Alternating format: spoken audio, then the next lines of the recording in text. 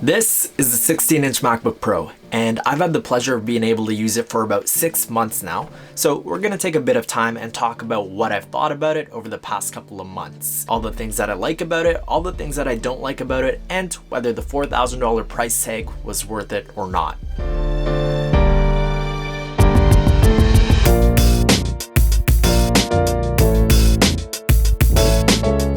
Yeah, you guys heard that right. This configuration came out to about $4,200. Now, keep in mind that's Canadian dollars. It would be a lot less in US dollars. It's the base processor with the i9, but the RAM has been upgraded, so I got 32 gigs of RAM. I also upgraded the graphics card, so I have 8 gigs of VRAM instead. Also 1 terabyte of space, just because I do a lot of photo and video editing, so I need space for that. Also need the RAM for that, and also the processing power as well. Now, I upgraded from the 13-inch MacBook Pro, so I was a little bit hesitant adding on those extra 3 inches. But honestly, having used it for over the past 6 months, I can say that it's only a little bit of a difference. I didn't notice it as much as I thought I would. Mainly when I notice it are little things like if I'm lounging around with the laptop on my lap, you notice it a little bit, like it balances a little bit awkwardly and that type of thing, but it's not a deal breaker. The only place where it kind of was a deal breaker was in the clinic. So I'm also a physiotherapist, so I often have to go between patients in clinic rooms, bringing my laptop just to be able to take notes. Now, the 16-inch was a little bit big for that. I just felt like it was getting in the way a little bit. That's a situation where I instead opted to use my 11-inch iPad Pro just because the portability of it was a little more matched to the situation. Now, in general, the extra screen real estate and the size of the laptop hasn't been an issue. It's actually been a welcomed addition, especially in terms of photography and editing videos. That extra bit of screen real estate just lets me work a little more efficiently, especially in terms of multitasking as well. If I'm brushing up on any lecture material, being able to have a bit more screen room really increases my workflow and makes it an overall more pleasant experience. Another thing that I've gotten really accustomed to using over the past half a year has been Sidecar. Now, my 2015 MacBook Pro didn't have that functionality built in because I guess it was a little bit too old, but this one does. So with my iPad Pro, super easy to hook it up, and that makes multitasking a lot easier as well. Just being able to have a website up on my iPad while I'm working on a Word document on my MacBook makes it an extremely efficient workflow, and it kind of saves me from having to have an external monitor. And the added benefit of that is the portability of it as well. I can take that external monitor, being the iPad Pro, to a coffee shop, to the library, and that makes all the world of a difference when I'm working.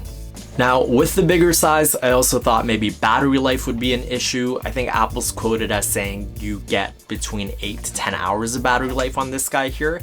And I thought, it would be a lot less than that, but I'd say that's pretty accurate in terms of what I get. Now, obviously, depending on the type of work that I'm doing, if I'm watching videos, it might be a little bit closer to 6 hours. If I'm just typing away on a Word document, I'll get closer to the 8 to 9 hour range.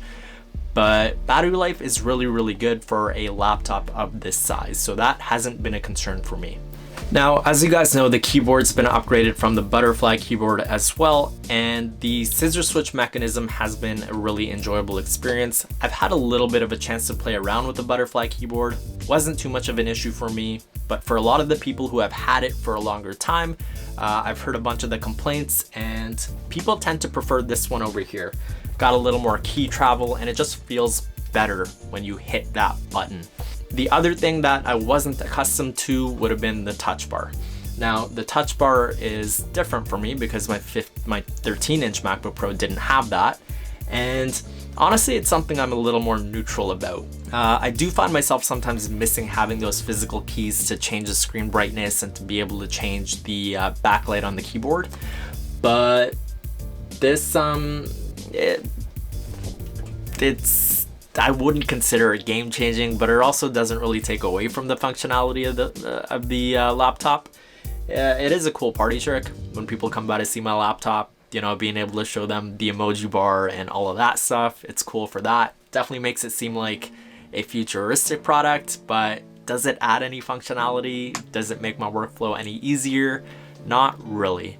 But it looks cool, that's for sure.